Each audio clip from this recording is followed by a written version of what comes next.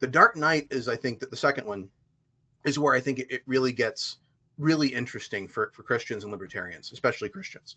So, the libertarians, I've thought about doing an article about this, Joker's speech about planned violence versus unplanned violence, Hmm. where he says, if you announce that 1,000, Iraqis or whatever have been bombed, people go, okay.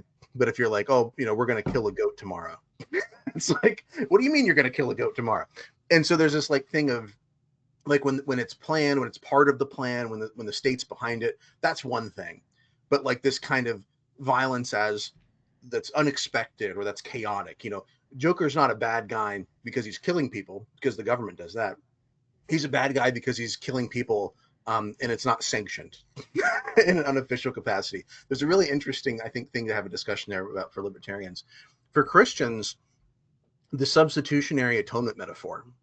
Did you know that there was a substitutionary atonement metaphor in the Dark Knight? It's been a while since I saw them. Pretty much when they came out on Blu-ray that time, I guess. Okay. And I don't remember. So you just have to spell it out. Besides, you're gonna Okay, have to do that for our audience anyway.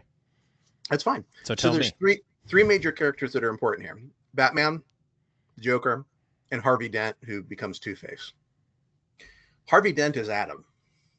Joker is Okay. Satan. Batman is Jesus. And so here's how it works. You got Joker. He's the Satan figure. He wants to watch the world burn. There's this line he says, "Everything burns." He's actually and his whole goal is to sort of demonstrate that everybody is really bad, and he's going to basically try to corrupt people to twist them and bring out the worst part of who they are. And so Harvey Dent character, he's the DA. He's sort of seen as like this kind of very moral, kind of upright, righteous figure. And so Joker really focuses in on him because if he can corrupt him, then that has sort of a moral effect on Gotham.